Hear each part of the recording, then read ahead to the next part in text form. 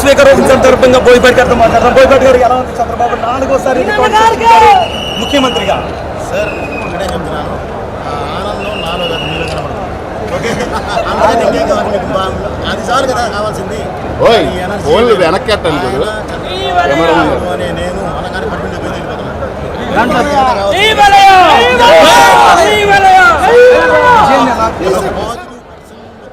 गौरवनीय S Savita गारू